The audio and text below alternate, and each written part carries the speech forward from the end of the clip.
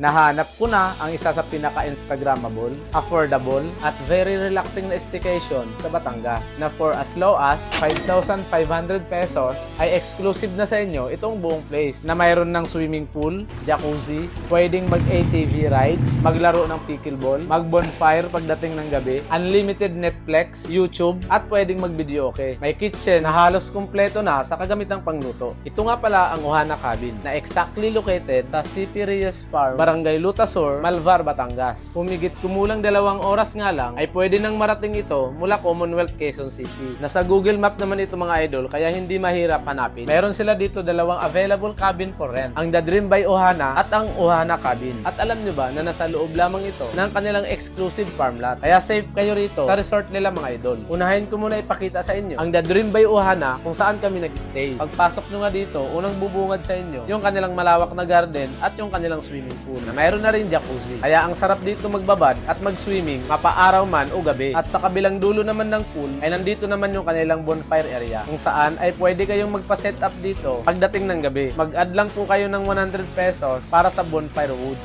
Ngayon naman mga idol ay tutur ko kayo sa loob ng cabin. Ito ay isang loft type cabin na naka-fully air condition na. At wow, napakaganda ng interior design at napakaaliwalas din dahil mula dito sa loob ay tanaw mo yung kanilang swimming pool at yung kanilang garden. Pagpasok nga natin sa cabin, unang makikita natin ay yung sala. At sa bandang kanan naman ay yung kanilang dining table na napaka-aesthetic ng design. May malaking TV at speaker na connected na sa mabilis na wifi. Kaya pwedeng mag-video okay, Netflix, at YouTube. Meron itong 2 bedrooms. Isa dito sa ground floor na merong 2 queen size bed na naka-fully air condition na rin. At ang isa naman ay nasa second floor na may 2 queen size foam at may ganito kagandang view.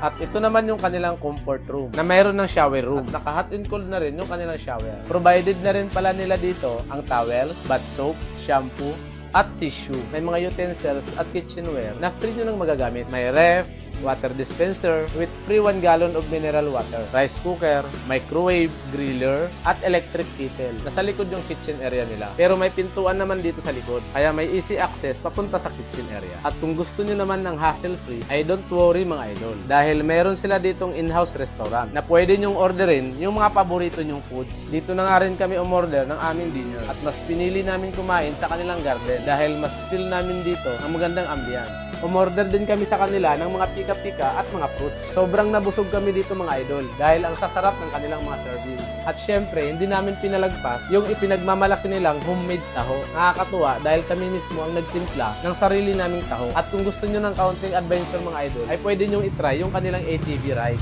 500 pesos naman ang rent nito kung ikaw mismo ang magdadrive. At 300 pesos naman para sa angkas. At ang nakakatuwa pa rito ay mayroon silang pickleball court. At 4 yan mga idol, kaya hindi kayo mag-aagawan. Ang rate nga pala nitong The Dream by Ohana ay 6,000 pesos from 9 a.m. to 5 p.m. Good for 4 adults and 2 kids and can maximize up to 12 packs. Mag-add lang po kayo ng 300 pesos for the excess per packs. At hindi lang yan mga idol dahil meron pa sila dito isang cabin na mas affordable ng kaunti pero the same lang sila ng amenities offered. Ang pagkakaiba lang nila ay may heated jacuzzi, ang The Dream by Ohana, at itong Ohana Cabin naman ay Christmas decorated cabin na. Kaya swak ito sa inyong family gatherings ngayong Pasko. Ang rate naman nito ay 5,500 pesos from 9 a.m. to 5 p.m. For other details and advance booking ay pwede po kayong mag-direct message sa kanilang Facebook page. Ito nga pala si Kuya Randy Adventures. Enjoy and God bless!